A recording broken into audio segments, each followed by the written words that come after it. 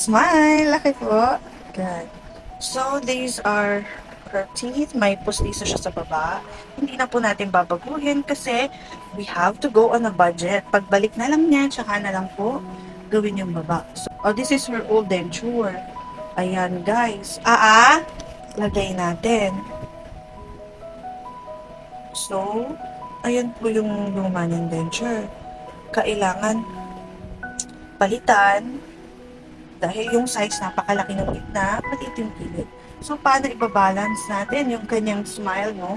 Metal free na tayo, hindi na uso yung may metal kasi nalalaman ng iba na dentures.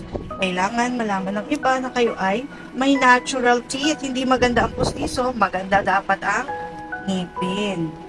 Okay? Ito na po yung kanyang new denture. Okay. Ayan.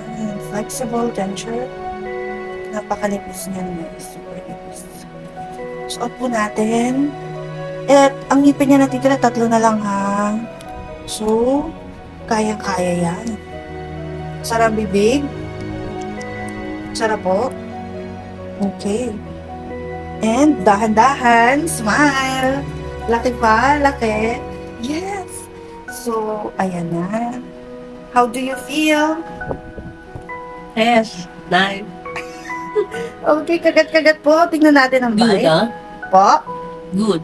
Good. Kagat-kagat tayo.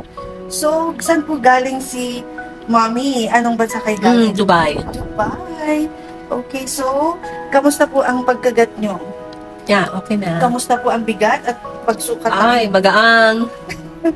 Thank you, Thank you, doctor. Ah, Welcome po. Try ko lang pakagat itong tissue para makita nila yung bite nyo ay lapat. Kagat madiin. Thank you. Madiin lang po Ayan. Kahit super nipis, we can bite it. So, parinig ng bite. Parinig. Good. Okay. Laki po.